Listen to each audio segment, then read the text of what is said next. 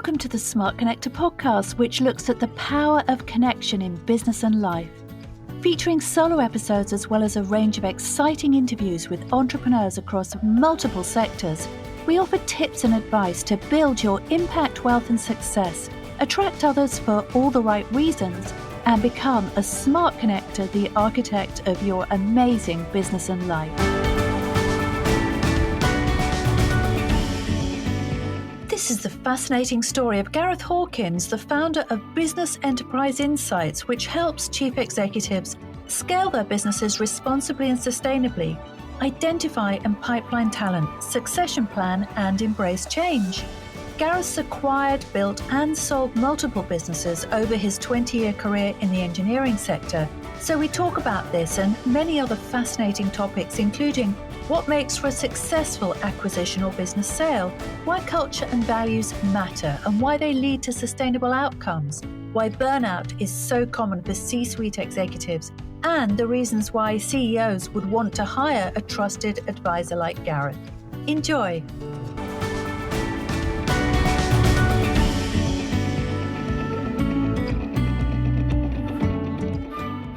Welcome to the Smart Connector podcast. I have a very exciting guest for you today, Gareth Hawkins. Welcome, Gareth. Hi there, Jane. Now, Gareth is a full-time managing director of his own business. He's an MBA graduate. We're going to be talking a lot about his journey. And he's also built, scaled and sold business himself. And we're going to be going into that today. So, Gareth, tell us, what is it that you do at the moment? So I run a consultancy and coaching practice called Enterprise Insights. I've been running that for a few months now since exiting the business that I sold to private equity in 2018.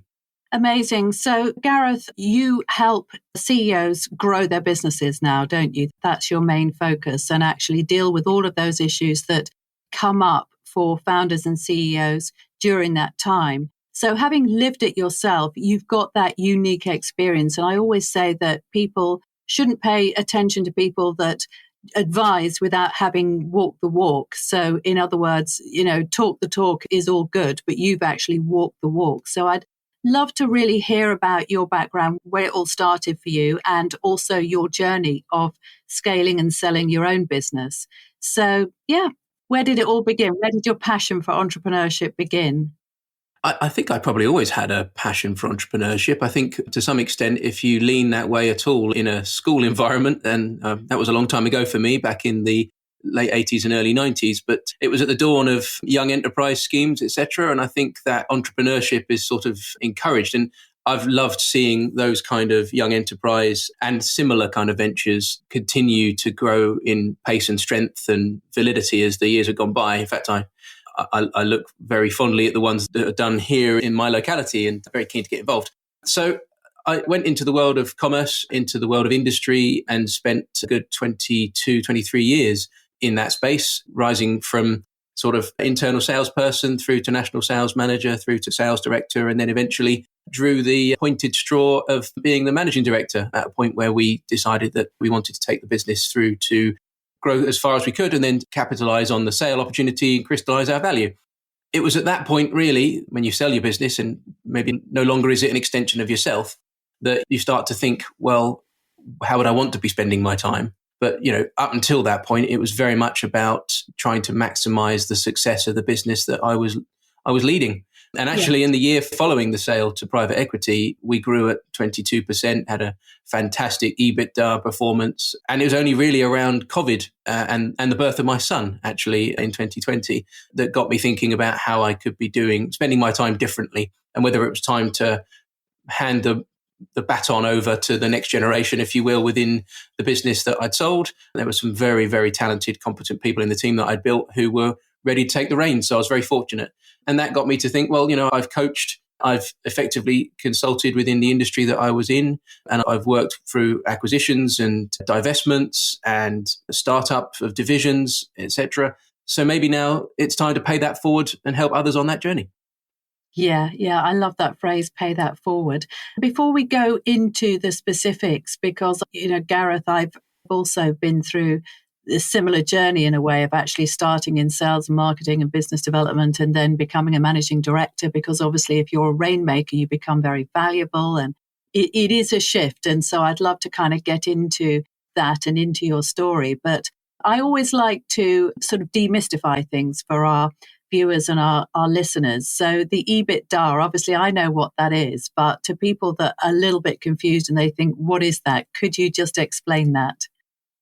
Yep, sorry, I'll try not to speak in business abbreviations. I know that's really inaccessible language and goes against my coaching mindset. But yes, earnings before interest, tax, depreciation, and amortization. So effectively your net profit before some of those nasty things that conspire to reduce your net profit. I think it was, and this is a bit geeky, but I think it was Comcast that came from when they were on their massive acquisition trail. They managed to invent that concept for us all to follow, and we've adopted it in the business world since. It's a nice little metric. Yeah, so it's a metric that's applied to valuing companies, isn't it? It's the purpose and bottom line of your P&L, your profit and loss account. So it tells you how much profit you've made before tax and before you've depreciated your fixed assets in a trading year. Yeah, great. All right. So Gareth, tell us a bit more about the business that you grew and sold. What type of business was it? What was it called? What did the business actually do? And how did you grow it? Where did the growth come from? Yep, sure. So when I joined the business, it was in its sort of 14th, 15th year of existence. It was a business called Weldability.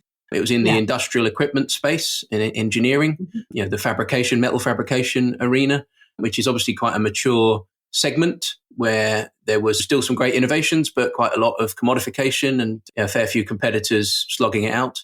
When I joined, the business had grown very successfully over that 15 years through just organic sales growth and had started to bring in its own brand and some contractual outsourced production. And I was instrumental in the business of adding to that mix acquisitions because I felt that we needed to grow at a slightly faster pace. And maybe 5 years into my tenure with the business, I was very lucky to be involved in an acquisition of a competing wholesale company at the time, which we integrated. And that sort of gave me the bug, really. And we went on to do 3 or 4 more acquisitions. So acquisitions is, again, for people that are maybe a little bit new to this whole world, acquisitions are a fast way to grow, aren't they? That's why businesses make acquisitions.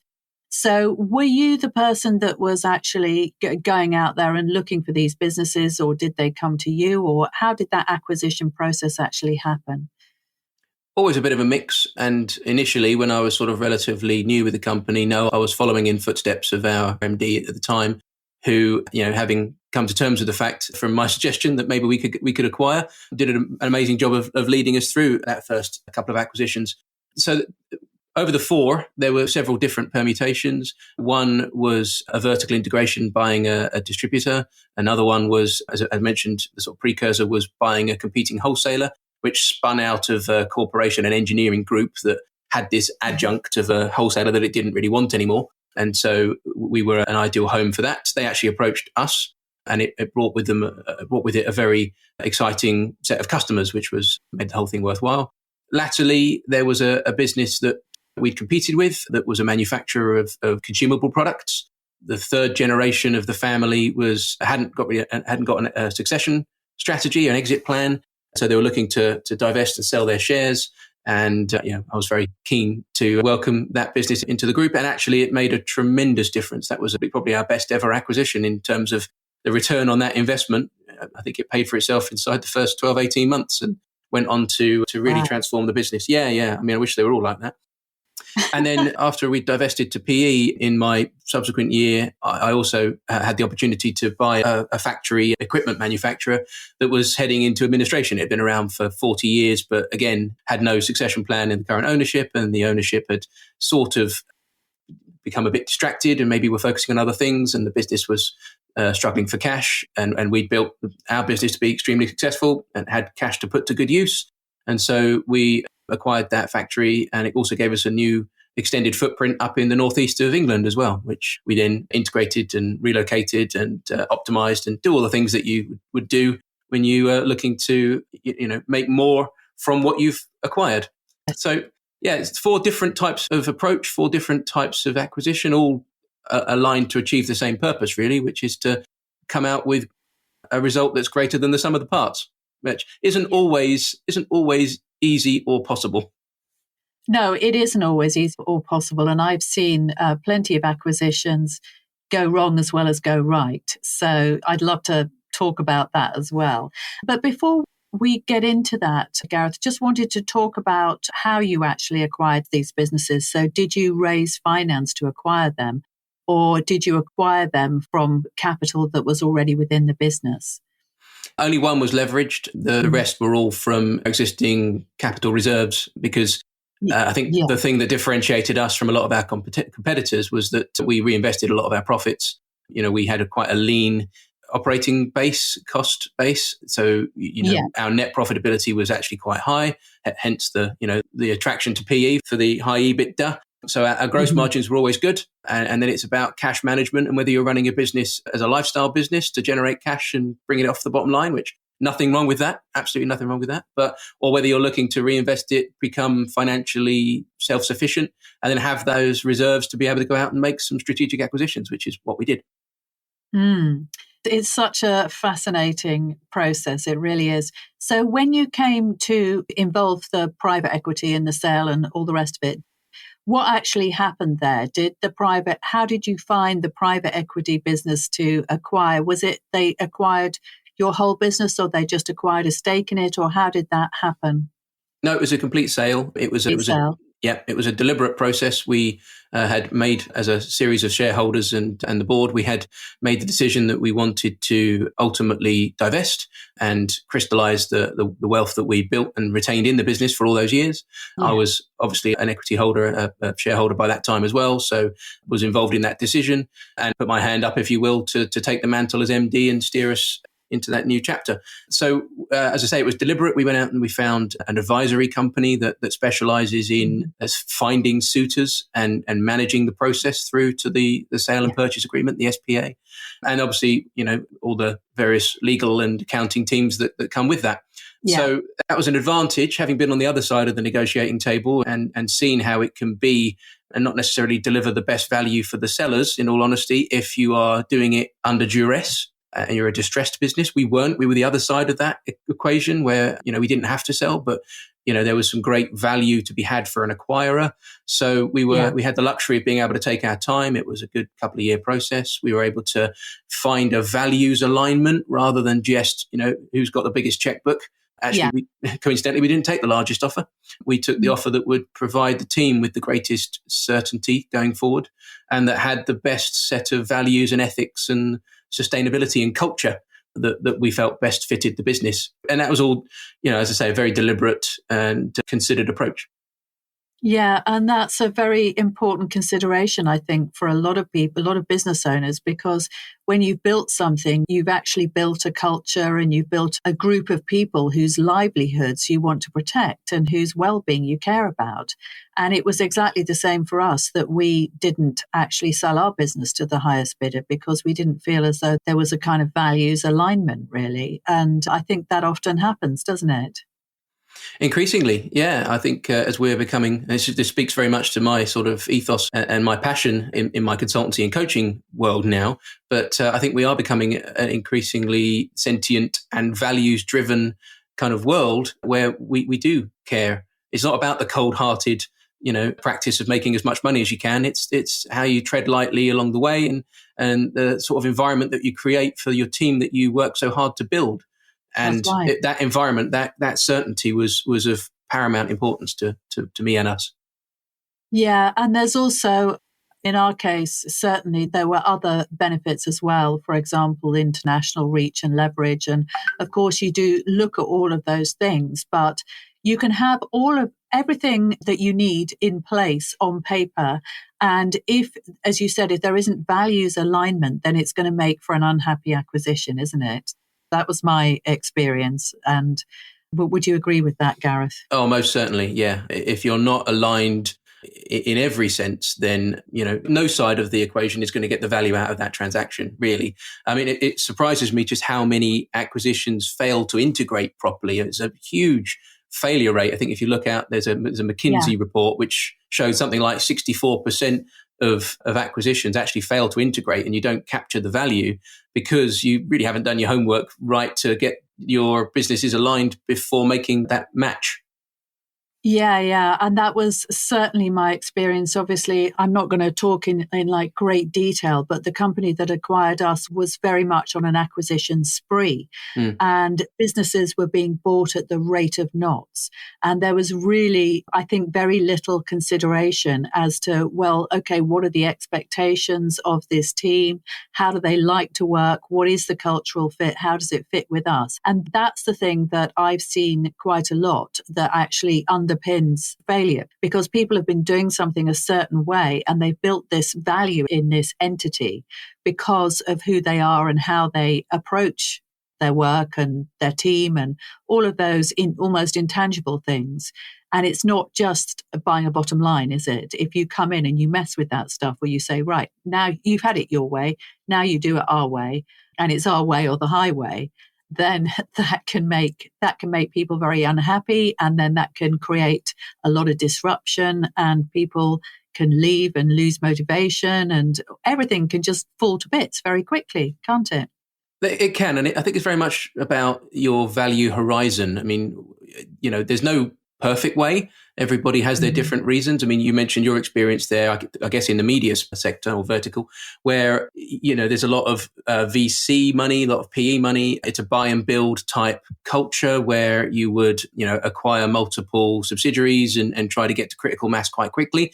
But that the eye is on the sort of shorter to medium term rather than the medium to long term in that scenario. And you maybe don't care whether you lose a lot of people in the medium to long term because you feel you've captured the clients and you've built a nice set of consolidated accounts for whatever the period was you were trying to present that appearance. But our world was very different. We were in a sort of a slightly more mature and established sector where we could take our time a little bit. It's not as busy in the acquisition space. The M&A isn't all as active in that sort of industrial sector.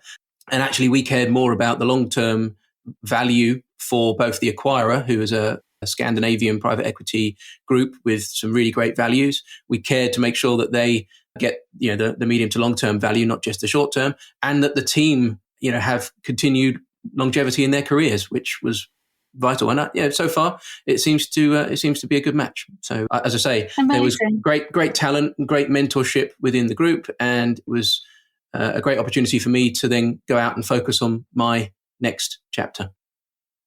Yeah, great.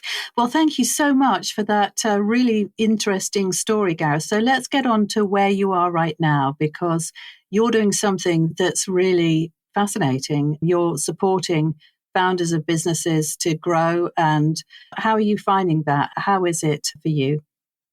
Oh, it's tremendously exciting. What is it you love about it?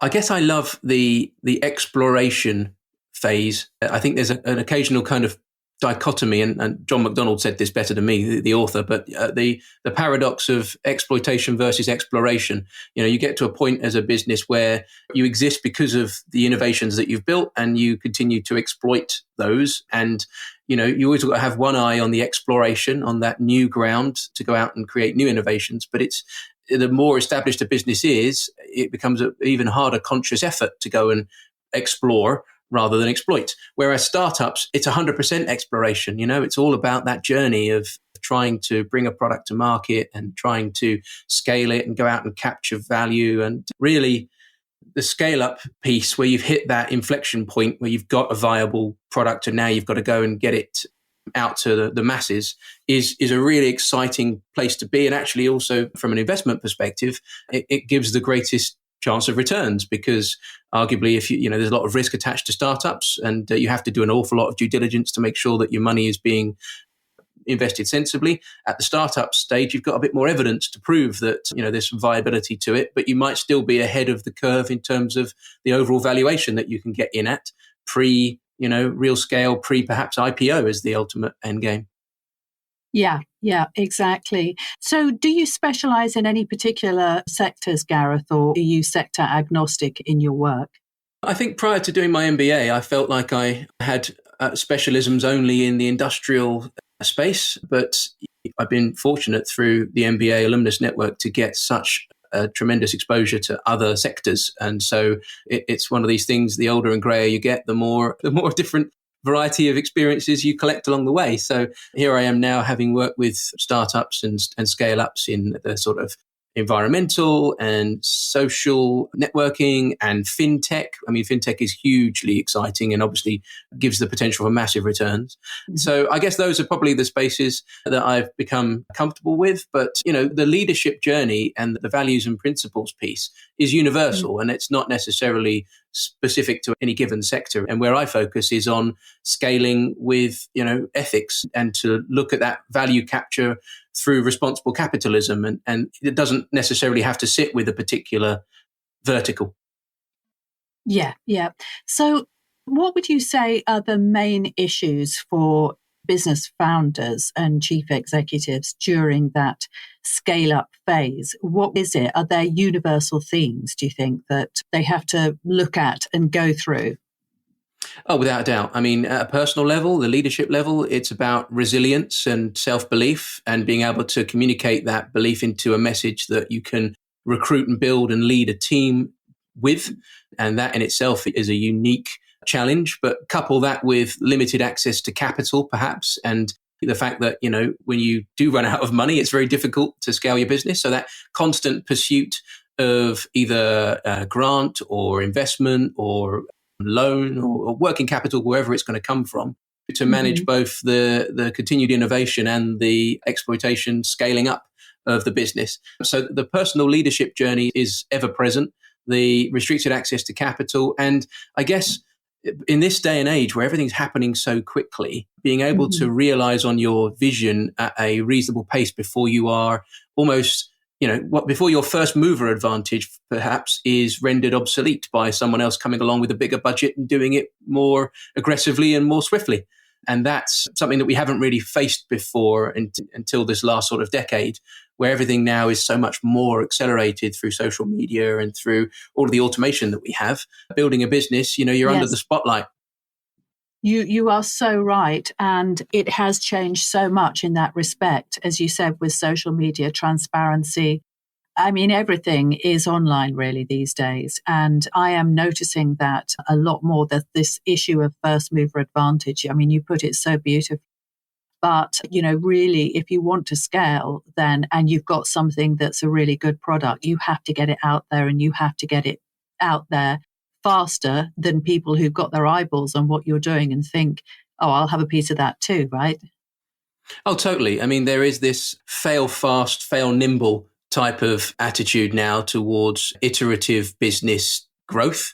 And you can be forgiven in this day and age for trying something and maybe it not working out to the same extent, but getting back on your feet and doing it again and it placing an emphasis on that resilience card. But, there's lots of people coming to market with beta testing products or minimum viable products, MVPs, and sort of hustling. And I know that's something that's close to your chest with a number of clients that you've mentored and coached, going from the hustlepreneur, the solopreneur, through to a viable, scalable business that's hit that inflection point and is now, hockey sticking. You've got to throw a lot out there at a reasonable pace with reasonable effort and reasonable professionalism, but knowing that, you might not get it right first time. Yeah, that's a very important point, because I think that's what holds a lot of people back. That in a way, they get afraid of exposure, don't they? And they get afraid of being seen to be out there with something that is less than perfect. And when I talk about this, people have sometimes reminded me, they've shown me like Amazon's first website, which is just terrible. It's just awful. It would be embarrassing if you had a website like that. I mean, obviously it was a long time ago, and they just sold books, didn't they, in the beginning? So, yep. There is room for everybody, I think, to do things imperfectly. But I do think that there is, as you said, there's a mindset, there's a personal leadership piece, because if you go out there, we all have this longing for approval in a way. I mean, it's perhaps stronger in some people than others, but we're pack animals. And I think what holds a lot of people back and keeps them tinkering rather than actually getting something out there and working for them is this thing of not wanting to be seen to be, a bit less than.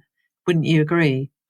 Yeah, and I think social media probably perpetuates that. I think if you are seeking validation and you feel that that value comes from people's positive judgment of you, perhaps that kind of creates a bit of an inertia and gives you some sort of element of fear, which is completely misplaced, because actually some of the most successful and respectable, people who have scale business and who've used social media to a great advantage have been quite authentic, I guess, in their journey and in sharing their vulnerability with their customers. And everybody feels part of the campaign, feels part of the journey, which is, again, a new paradigm that we should all really look to embrace. But I think, part of my coaching is to bring elements of Stoicism into the leadership mindset too, because I think not Stoic in the sort of typical sense, but in the traditional sense that it came from. And if you're a reader of any of these sort of more recent reemergences of Stoic theory, like the Ryan Holiday series, it does actually make you think again about how you can adapt the obstacle in front of you and turn that into your motivation. I think it was Marcus Aurelius that said, the mind adapts and converts to its own purposes the obstacle to our acting. The impediment to action advances action. What stands in the way becomes the way. I love that. I mean, that is what really should galvanize us to go and attack the problem. What stands in the way becomes the way. I love that too. Oh, that's so much wisdom in that. Don't you Isn't think there? If Marcus Aurelius had been here today, we would both have wanted to have interviewed him for sure. I think we'd been queuing to have him as our guest of the season, most certainly. Yeah, so Stoicism. So what does Stoicism actually look like? If you're talking to a chief executive and you're talking about this particular topic, do you find that they're naturally resilient people, they're naturally stoical people, or do you find that they do lose faith and they do struggle in this area? And if so, how do you help them get back on their feet and maintain that stoical attitude? Yep. Well, there are lots of the beauty of life's rich tapestry is there are lots of different character traits, and there is no one recipe for a leader. But actually, in this world now, we want a more authentic, a more vulnerable leader that has, values and integrity and isn't the bombastic, arrogant, autocrat that says my way or the highway. Those folks don't galvanize people behind them anymore. The team doesn't follow them, unless through fear. So what you want is you want someone to be leading with values and vulnerability, but then to augment that with some resilience. And that's where I can come in, is helping people to inject that element of Stoicism. And Stoicism in that sense is really about focusing on the things that you can control. It's back to that serenity prayer, of God grant me the wisdom, but maybe without the God bit, but, Lord grant me the wisdom, depending on your personal flavor of religion. So be able to focus on the things that you can do well and maybe tune out the noise of the things that are beyond your control because they just take up brain space that you can't spare. And then, to do the things that you can do to the best of your ability, to live your best life and be your best self in that space for the benefit of you and your mindset and your aspirations and ambitions, and for the benefit of those who you seek to lead. And if you can do those things and do those things well and in balance, then actually, you can carry even the most cynical of teams with you, because it's lead by example, isn't it? It is, definitely. And I think you make a very important point about empathy. And this is something as a marketer, I talk to my mentees about as well, is that authority is important. People have to know why they should listen to you, and you constantly have to build authority as a leader. So I say that whether you're somebody who just has a small group that you're leading, for example, my marketing mastermind group, or whether you are leading a big business, you constantly need to reestablish that authority in different ways. But also the empathy aspect is very important, and actually learning to communicate through feelings.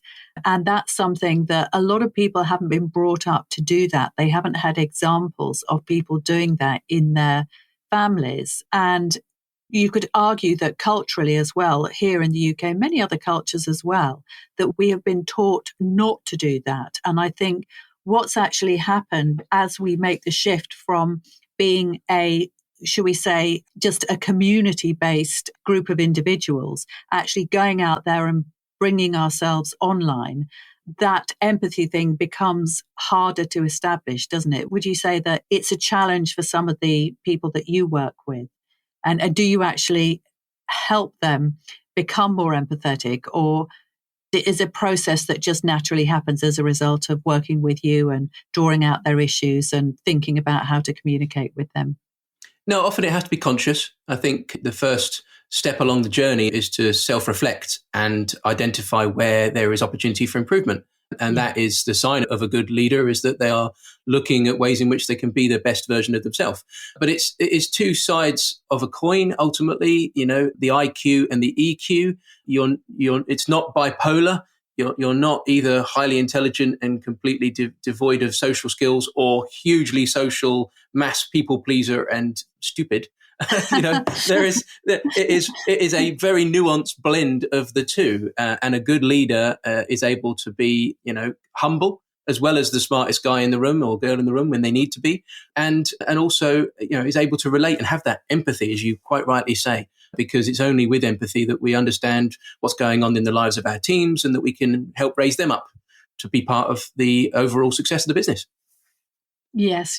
So do you find as well, Gareth, that you spend a lot of time talking about financial issues, about obviously growth and scale and so on, that there's always a financial component? Do you actually work quite closely with your chief executives and founders and so on very granular issues? Or do you find that you work more on a kind of high level conceptual basis? What is it that they most want from you, and what do you tend to focus on more? Sure, absolutely. I think everybody goes into it hoping that they can get the high level, but really what we want is help with the eye level.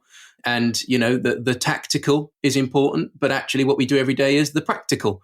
I help with both sides, in a group setting. We're pretty much, starting off talking about the sort of the broader brushstrokes, the higher level conversations around paradigms and around frameworks, etc. But really to individualize that, particularly in the one-to-one sessions or in the parts of the group sessions where we process a particular issue for an individual, we are making it very tangible, very clearly aligned around a topic of great concern to that leader.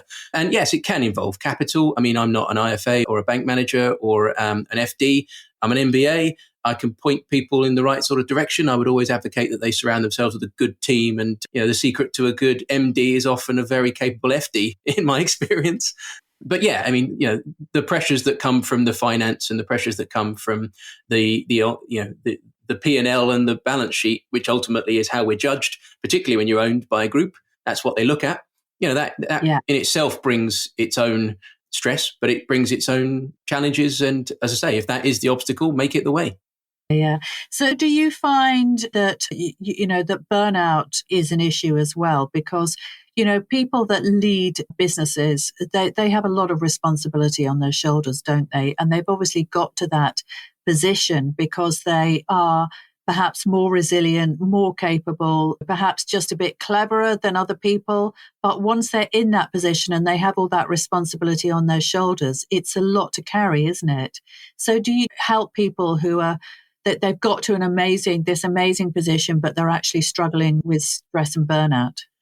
Yep, I'll speak from experience, and it helps me not just in empathetical terms, but actually in having walked that journey. I suffered with burnout, and actually when I made the transition out of my MD-ship and into starting my own business, I had to take a few weeks just to sort of recover from the feeling of being hit by sandbags, because you don't realize just how physically and mentally and emotionally exhausted you are until you take that moment to stop, really. It's like when you go on holiday and, a few days in, suddenly you've got a cold. All that adrenaline that you had that was keeping it all at bay has stopped pumping through your veins, and you take a breath, and at the same time, all your muscles relax, but they actually go through a kind of pain before you get to that relaxation stage. So it's only natural. We're all, built from the same substances, and actually so many leaders do neglect the self-care because they're so committed to the mission. And, I speak to a number of leaders and give them one simple abbreviation, which is SHED: sleep, hydration, exercise, diet. If you can do all those things, the amount of leaders that don't carry a bottle of water with them, don't drink their 2 liters a day, that don't get the right amount of sleep, that struggle to do exercise, it's just unfortunately a feedback loop that only ends one way, and that's with shorter lifespan, shorter life expectancy. So shed. I like that. Yeah. So did you find that you were in that situation yourself, Gareth, where you were short on time really for the self-care, or did you always manage to build those healthy habits and routines into your own working life, should we say? No, I was the worst offender. My wife had to remind me to drink water. Yeah, really? I'd get home at night and she'd say, "Oh, you seem, you got bags under your eyes and you seem, really, high shoulders and hunched over. Have you drunk enough water today, Gareth?"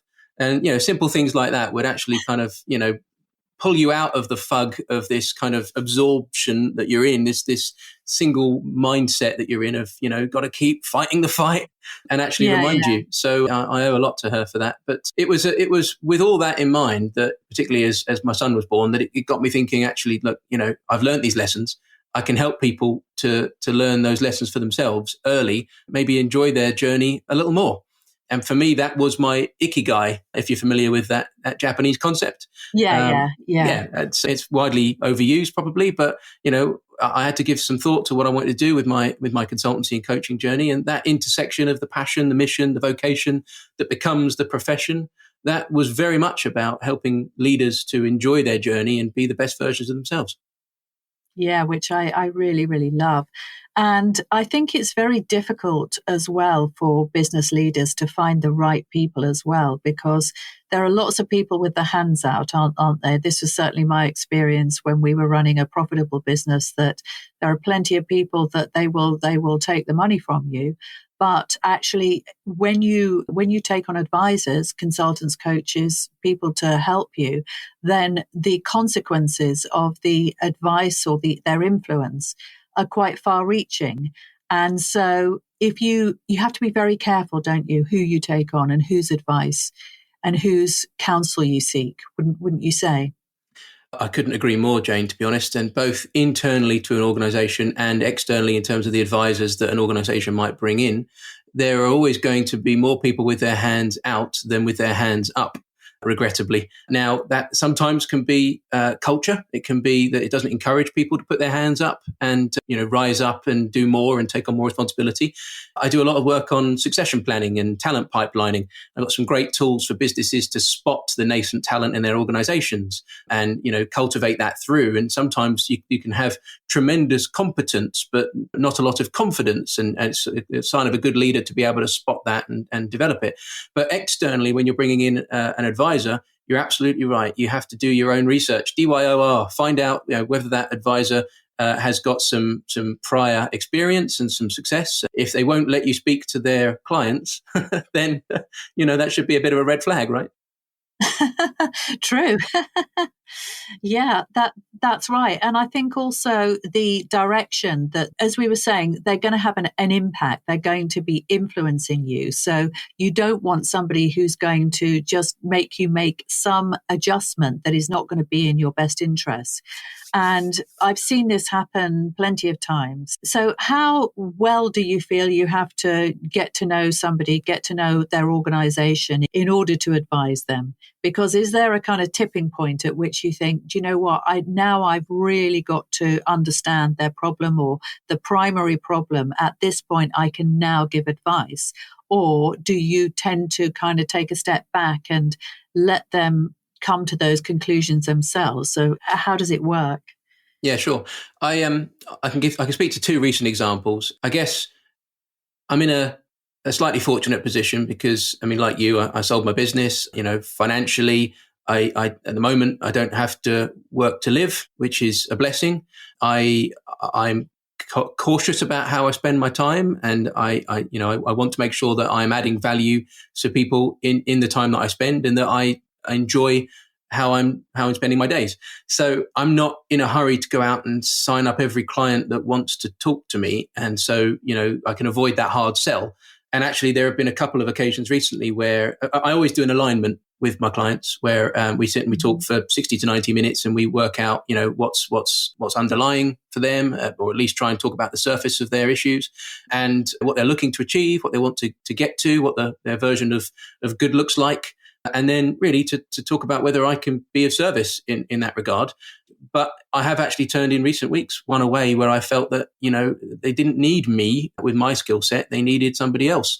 And also there was somebody that was very keen to talk about psychology and I think had some concerns there that they wanted to address. And again, I wouldn't have been able to add value for them. So I referred them to a colleague who is very much about psychology and that side of the equation, because it's, as you probably found, as a coach, sometimes people expect you to be able to be all things to all people, and that could be the worst thing we could do.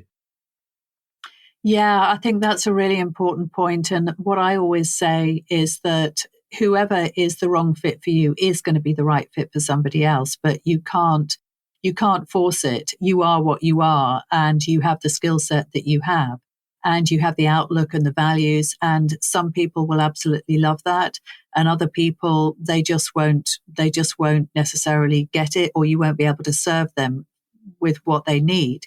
So I think that is really, really important. And I think what tends to happen is, people get in the position where they're just, if you're on the back foot financially, they will take on all comers, and that is never going to end happily. Because I think it is important to be very clear about how you work, who you serve, and how you do it.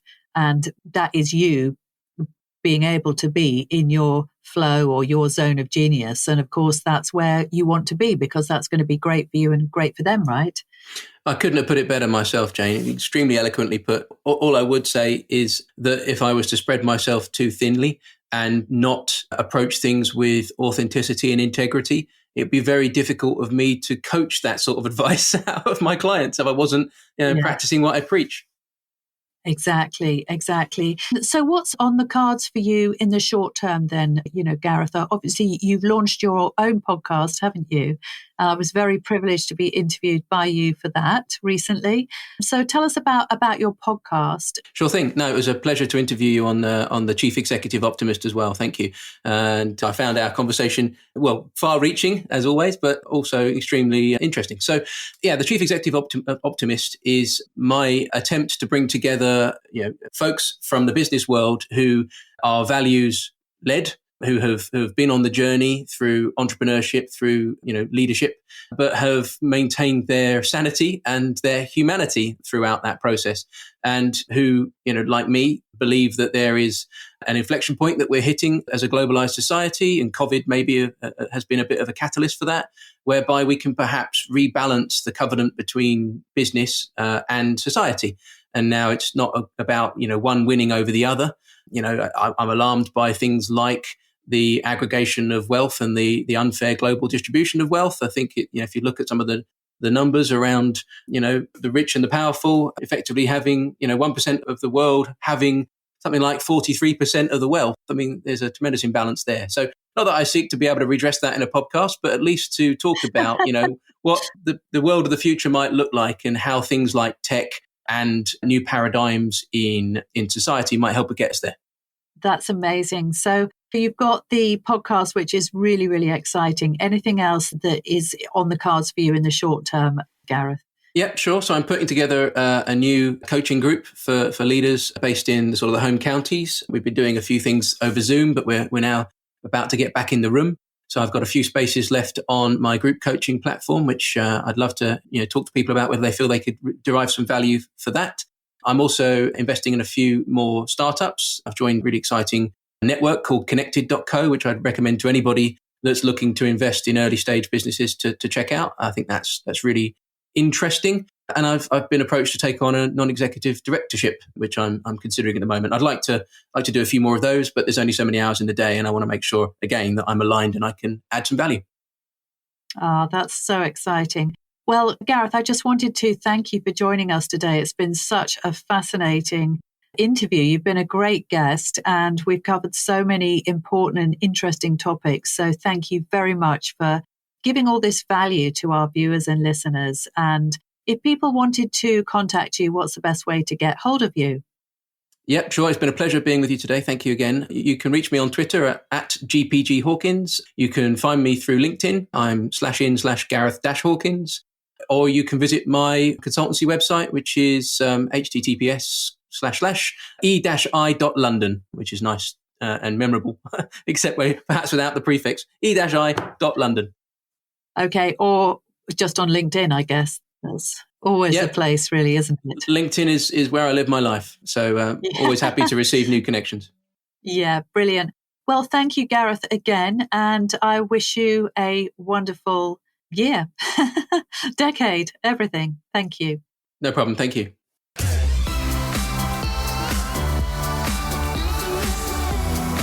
Thanks for listening in. If you enjoyed this episode, please subscribe to, rate, and review my podcast, as it will help me bring the power of connection to the world. I work one-to-one to help entrepreneurs ignite the power of authentic connection in their businesses and lives. I also help them accelerate their results through attracting and converting more of their ideal clients. And if this is something you'd like to do too, why not head on over to www.idealclientsuccess.com/masterclass and I'll show you how.